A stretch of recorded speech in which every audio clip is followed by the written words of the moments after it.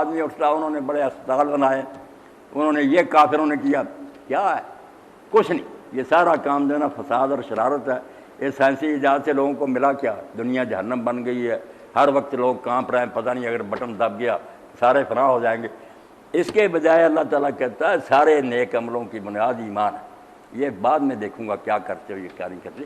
ایمان ہے، ایمان میں 3 چیزیں شامل ہیں کہ وہ مالک کائنات کو تسلیم کرے کہ یہ دنیا یوں ہی نہیں بنی نہ چل رہی، اس کا ایک مالک ہے، وہ ان صفات کا حامل ہے، یہ اس کی خوبیاں ہیں، ایسی خامیوں سے پاک ہے۔ اس کے بعد ہے کہ وہ پیدا کرنے کے بعد سو نہیں کہیں گیا، اس نے ہمیں آوارہ نہیں چھوڑ دیا دھکے کھانے کے لیے اندھیروں میں، ہماری ہدایت کا انتظام کیا۔ جس دن سے ہم پیدا ہوئے اسی دن سے اس کی طرف سے رہبر آ رہے ہیں، نبی آ رہے ہیں، رسول آ رہے ہیں۔ پہلا انسان ہی نبی ہو کر آیا زمین پر تاکہ روشنی میں یہ سفر کرے، ٹھوکر کھائیں تو پھر اپنی جان کو خود روئیں، اللہ پر الزام نہ۔ لِأَلَّا يَكُونَ لِلنَّاسِ عَلَى اللَّهِ حُجَّةٌ بَعْدَ الرُّسُلِ، رسولوں کے آنے کے بعد لوگ اللہ کے سامنے بہانہ نہ بنا سکیں۔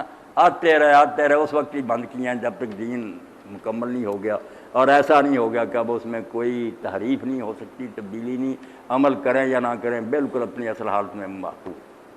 اور ایک گروہ بھی اللہ کے رسول نے ضمانت دے دی کہ جب تک عیسیٰ ابن مریم علیہ السلام نازل نہیں آتے، ایک نہ ایک گروہ اس زمین پر ایسا رہے گا جو حق کا اعلان کرتے رہیں گے، مٹیں گے نہیں۔ وہی مجددین ہیں، یہ کہتے ہیں نا مجدد ایک آئے گا، کوئی ایک کو ڈھونڈنے کی ضرورت نہیں، نہ اس کو سرخاب کے پر لگے ہوئے، سارے مسلمان جو ان میں سے انگنت لوگ مختلف علاقوں میں ہو سکتے ہیں، دین کو زندہ رکھنے کی کوشش کرتے رہیں، نہیں مٹنے دیں گے اس کو۔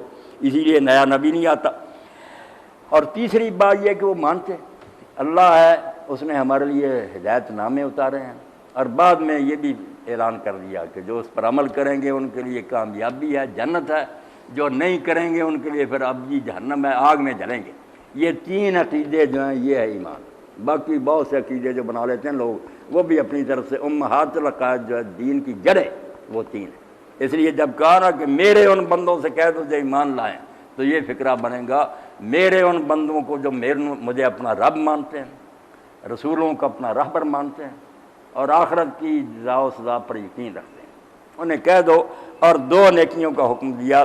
نیکیاں بہت سی ہیں مگر شجرہ جو ان کا ڈھونڈا جائے نا کہ کہاں جا کر یہ جڑتی ہیں، 2 ہی ہیں بس جڑیں اس کی۔ آپ سمجھیں ایمان ایک بیج ہے، اس بیج سے جو 2 تنے نکلتے ہیں نا، وہ ان کا نام ہے ایک صلاۃ، ایک انفاق۔ کیونکہ یا اللہ سے جڑے گا آدمی جس نے پیدا کیا، یا جن سے ہر وقت اس کا واسطہ ہے، ماں باپ ہے، رشتہ دار ہیں، پڑوسی ہیں، مسلم غیر مسلم بہت سے لوگ جن سے ہر وقت ملتا، ان کے لیے انفاق۔ خود کما کر حلال بجائے چوری اور ڈاکے اور سود خوری کے اپنا کمایا ہوا شوق سے دوسروں کو دے گا۔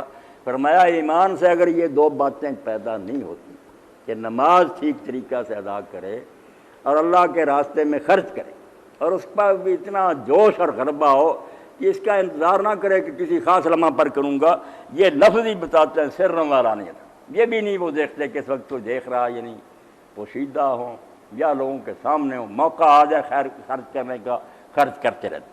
تو میرے ان بندوں سے کہہ دو جو ایمان لائے کہ نماز ادا کرے۔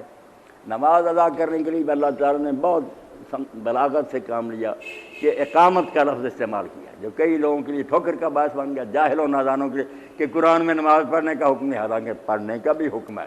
وہاں کا اللہ کہتا ہے ایک گروہ تیرے ساتھ نماز پڑھے، نماز وہاں اقامت رہی سورہ نساء میں کہ اگر میدان جنگ میں ہو ایک آپ کے ساتھ نماز پڑھے، جب وہ پڑھ لے دوسرا گروہ آ جائے، مگر اقامت کا لفظ زیادہ آتا۔ اب اقامت عربی زبان میں کہتے ہیں اگر کوئی چیز جسمانی ہو، آنکھوں سے نظر والے اس کو تو کھڑا کرنا یہ کہ سیدھا کھڑا کر دو، نہ اس طرف جھکی نہ اس طرف، بالکل سیدھا کھڑے ہو، وہ چیز پھر کہیں گے اس کو قائم کر دو۔ اور اگر وہ مانوی ہے، نظر نہیں آنے والی، عدل کو قائم کرو، انصاف کو قائم کرو، قرآن مجید میں قوامین بالقسط، نماز کو قائم کرو، تو اس کا مفہوم یہ ہوگا کہ اس کے سارے جو ہے نا شرائط اور آداب، سنت اور مستحب، سارے کام کر کے اس کو اس طرح کرو جیسے کرنے کا حق ہے۔ توفیت الشیء حق کا، سر سے بوجھ نہ اتارو، کرو جیسے کام کرنے کا حق۔ ایک طرح کی عدالتیں بیٹھی ہوئی رشوت لے رہی ہیں، سفارشیں مان رہی ہیں، جھوٹے گواہ بھگت رہے ہیں، وہ انصاف قائم کرنا نہیں۔ انصاف قائم کرو، یعنی انصاف کرو جیسے کرنے کا حق، کوئی رشوت نہ قبول کرو، کسی کا دباؤ نہ قبول کرو، فیصلہ کرو بغیر کسی کی طرفداری کے، اسی طرح اللہ فرماتا اقیم الوزن کہ وزن کو قائم کرو، وزن کو قائم کرنے کے باٹ ٹھیک ہوں، جعلی باٹ نہ ہو، ترازو درست ہو، تولتے وقت ٹھونگا نہ مارے، تولو جیسے تولنے کہا۔